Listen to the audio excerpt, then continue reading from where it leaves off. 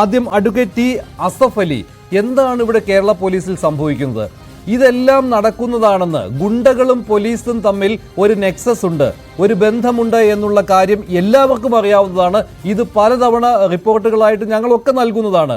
പക്ഷേ എന്നിട്ടും ഓപ്പറേഷൻ ആഗ് പോലുള്ള ഏറ്റവും പ്രധാനപ്പെട്ട ഒരു ഗുണ്ടവേട്ട, ഗുണ്ടകളെ പിടിക്കുവാനുള്ള ഒരു ഓപ്പറേഷൻ നടക്കുന്ന ഈ സമയത്ത് ഇത്തരമൊരു സംഭവം നടക്കുന്നു എങ്കിൽ അത് കൃത്യമായിട്ട് കേരള പോലീസിൽ നിന്ന് വിവരങ്ങൾ അപ്പോൾ ഗുണ്ടകൾ അറിയുന്നുണ്ട് എന്നതിന് വ്യക്തമായ തെളിവാണല്ലോ.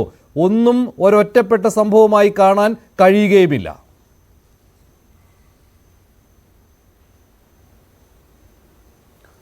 ഈ കേരള പോലീസ് ഒരു ഇൻഡിപെൻഡൻ്റ് സേനയല്ല. നമ്മുടെ ബ്രിട്ടീഷ് ഭരണകാലത്ത് 1861 ഇന്ത്യൻ പോലീസ് ആക്ട്, ആ പോലീസ് ആക്ട് എന്ന് പറയുന്നത് ഭരണകൂടത്തിൻ്റെ മർദ്ദനോപകാരിയാണ് പോലീസ് എന്ന് പറയുന്ന ഒരു സങ്കല്പമാണ് ആ നിയമത്തിലുണ്ടായിരുന്നത്. നമ്മളെ ഭരണഘടന നിലവിൽ വന്നു, പോലീസ് ഒരു സ്റ്റേറ്റ് സബ്ജക്റ്റായി മാറി. അപ്പോഴും പോലീസ് നിയമത്തിൽ 1861 ആ പോലീസ് നിയമത്തിനെ പല സംസ്ഥാനങ്ങളും അതേപടി പിന്തുടർന്നു. സ്റ്റേറ്റ് പോലീസ് ആക്ട് എന്നൊരു നിയമം വെച്ചു. പക്ഷേ ചില സംസ്ഥാനങ്ങൾ ചെറിയ മാറ്റങ്ങൾ വരുത്തി. അതിനെല്ലാം അടിമുടി മാറ്റാൻ ഉദ്ദേശിച്ച ഒരു ചരിത്രപ്രസിദ്ധമായൊരു സംഭവം എന്ന് പറയുന്നത്, അടിയന്തരാവസ്ഥയ്ക്ക് ശേഷം പോലീസ് നമ്മുടെ രാജ്യത്തുണ്ടാക്കിയ ചില അതിക്രമങ്ങളെ തുടർന്ന് അന്നത്തെ ജനതാ ഗവൺമെൻറ് രൂപീകരിച്ച നാഷണൽ പോലീസ് കമ്മീഷന്റെ ശുപാർശയായിരുന്നു. ആ പോലീസ് കമ്മീഷൻ ഒരു 8ഓളം റിപ്പോർട്ടുകൾ നൽകി. അതിനെ തുടർന്ന് അത് ചെന്ന് അവസാനിക്കുന്നത് 2 CBI മുൻ ഉദ്യോഗസ്ഥന്മാർ സുപ്രീം കോടതിയിൽ കൊടുത്തൊരു പൊതു താൽപര്യ കേസാണ്. Prakash Singh versus state of union of India എന്ന് പറഞ്ഞ കേസിൽ ഇന്ത്യയിലെ പോലീസ് പരിഷ്കരണം സാധ്യമാക്കിയത് ആ വിധിയെ തുടർന്ന് എല്ലാ സംസ്ഥാനങ്ങളും പോലീസ് നിയമം മാറ്റി എഴുതണം എന്ന സുപ്രീം കോടതിയുടെ നിർദ്ദേശത്തിൻ്റെ അടിസ്ഥാനത്തിൽ നമ്മളും പോലീസ് നിയമം മാറ്റി എഴുതി. 2011 ഇടതുപക്ഷ ഗവൺമെൻറ് പോലീസ് ആക്ട് 2011 എന്ന് പറഞ്ഞൊരു നിയമം ഉണ്ടാക്കി. ഇപ്പം നമ്മൾ ഇന്നലെയും ഇന്നും മാത്രമല്ല, കഴിഞ്ഞ ഒരു 5-8 മാസമായി കേരളത്തിൽ പ്രത്യേകിച്ച് നമ്മുടെ തെരഞ്ഞെടുപ്പിനോടനുബന്ധിച്ച് പുറത്തു വന്നിരിക്കുന്ന ഞെട്ടിക്കുന്ന സംഭവങ്ങൾ, കേരളത്തിലെ പോലീസ് എന്ന് പറയുന്നത് ഗുണ്ടകളുടെ ശമ്പളക്കാരാണോ അവരുടെ ദാസ്യവേല ചെയ്യുന്നവരാണോ എന്ന് തോന്നിപ്പിക്കുന്ന രീതിയിലാണ്. കാരണം എന്തുകൊണ്ടാണ് ഇത് സംഭവിക്കുന്നത്? ഞാൻ ആദ്യം പറഞ്ഞ മാതിരി പോലീസ് ഒരു ഇൻഡിപെൻഡന്റ് സേനയല്ല. പോലീസിനെ നിയന്ത്രിക്കുന്നത് സർക്കാരാണ്. 2011 പോലീസ് നിയമം മാറ്റി എഴുതിയെങ്കിൽ പോലും എക്സിക്യൂട്ടീവിൻ്റെ ഒരു കൺട്രോളാണ് പോലീസിന് ഇപ്പോഴും നിയന്ത്രിക്കപ്പെടുന്നത്. അപ്പോൾ പോലീസിന് സാധാരണഗതിയിൽ ലഭിക്കേണ്ട ഒരു ഫങ്ഷണൽ ഫ്രീഡം പോലീസിന് ഇപ്പോഴും ഇല്ല. കേസന്വേഷണത്തിൽ പോലും ഒരു ഫങ്ഷണൽ ഫ്രീഡം ഇല്ല.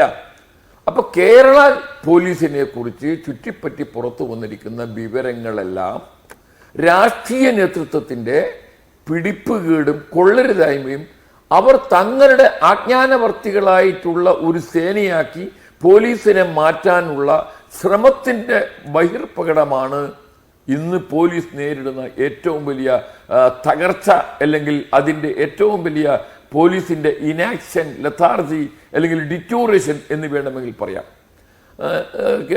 തെരഞ്ഞെടുപ്പിന് തൊട്ട് മുമ്പ് state police chief, ADGP crime, law and order, എല്ലാ സ്റ്റേറ്റ് പോലീസ് ഡിസ്ട്രിക്ട് പോലീസ് ചീഫുമാർക്ക് ഒരു നിർദ്ദേശം കൊടുത്തു.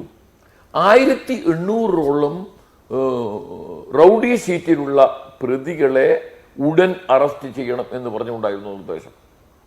ആ ലിസ്റ്റ് കേന്ദ്ര ഇലക്ഷൻ കമ്മീഷന് കൊടുത്തു. തെരഞ്ഞെടുപ്പിന് തൊട്ട് മുമ്പാണ്. കേരള പോലീസിന് ആകെ അറസ്റ്റ് ചെയ്യാൻ പറ്റിയത് 107 ആളുകളെ മാത്രമാണ്. ഇത് ഒഫീഷ്യൽ വെർഷനാണ്. ബാക്കി ആരെയും തൊടാൻ പറ്റിയില്ല. ഈ 107 ആളുകളെ തന്നെ ഇവരെല്ലാം ആരാണ്? ഇവരെല്ലാം ഹാർഡ് കോർ ക്രിമിനൽസ്, റൗഡി, ഗുണ്ട കാറ്റഗറിയിൽ പെടുന്നവരാണ്. ഇവരെ അറസ്റ്റ് ചെയ്തത് തന്നെ ഇവരെ പേരിലെല്ലാം പല കോടതികളിൽ നിന്നുള്ള വാറന്റ് ഉണ്ടായതിന്റെ പേരിലാണ്. ബാക്കി 1775ഓളം ആളുകളെ, ഈ ഗുണ്ടകളെ പോലീസിന് തൊടാൻ സാധിച്ചില്ല. അവരെല്ലാം പോലീസ് സ്റ്റേഷനിൽ കയറി ഇറങ്ങുന്നു. അപ്പോൾ എന്തുകൊണ്ടാണ് പോലീസ് ഇങ്ങനെ നിർവീര്യമായിരിക്കുന്നത് എന്ന് നമ്മളൊന്ന് പരിശോധിക്കുമ്പോൾ നമുക്ക് കാണാൻ സാധിക്കുന്നത്, ഉന്നത പോലീസ് ഉദ്യോഗസ്ഥന്മാർ അറിഞ്ഞോ അറിയാതെയോ പുറത്തുവിടുന്ന വിവരങ്ങൾ, കഴിഞ്ഞ ഒരു 6-7 മാസമായി ഈ ക്രൈം കോൺഫറൻസ് ചേരാറില്ല.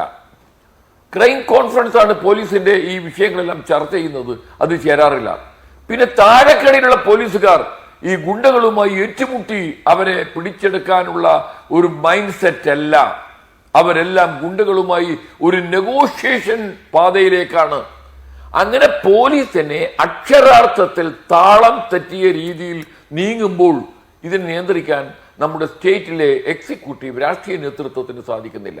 ശരി, ആ പരാജയമാണ് ഇപ്പോൾ ജനങ്ങൾ അനുഭവിച്ചുകൊണ്ടിരിക്കുന്നത്. ഗുണ്ട ആക്രമണം, അതുപോലെ തന്നെ ഗുണ്ടകൾ പൊതുജനങ്ങളെ ആക്രമിക്കുന്ന സമയത്ത് പോലും പോലീസ് പറയുന്നത് വെറുതെ പ്രശ്നമുണ്ടാക്കേണ്ട, പരാതി നൽകേണ്ട, ഒരു പ്രശ്നമുണ്ടാക്കാതെ വീട്ടിൽ പൊക്കോളാനാണ്. കഴിഞ്ഞ ദിവസം ആലപ്പുഴയിൽ അത് കണ്ടതാണ്. അത് അന്വേഷണം അവസാനം ചെന്നെത്തി നിൽക്കുന്നത് ഒരു CPM ഏരിയ കമ്മിറ്റി നേതാവിൻ്റെ അടുത്തേക്കാണ്. ആ CPM ഏരിയ കമ്മിറ്റി നേതാവിൻ്റെ അടുത്തയാളായിരുന്നു ഈ ആക്രമണം നടത്തിയത്, ഒരു വ്യവസായിയുടെ വാഹനം അടിച്ചു പൊട്ടിച്ചത്. എന്നിട്ട് അവസാനം എന്തായി? കേസെടുക്കാതെ വിടുകയും ചെയ്തു. അതുപോലെ തന്നെ ഇതേ ആൾ തന്നെ, ഈ സാബു ഏമാൻ DYSP, ഇയാൾ തന്നെ ഇതിനു മുൻപ് ഇത്തരത്തിലുള്ള കാര്യങ്ങളിൽ ഇടപെട്ടിട്ടുള്ള ആളാണ്. പലപ്പോഴും കേരള പോലീസിൽ നിന്ന് തന്നെ വകുപ്പ് തല അന്വേഷണം നേരിട്ടുള്ള ആൾ കൂടിയാണ്.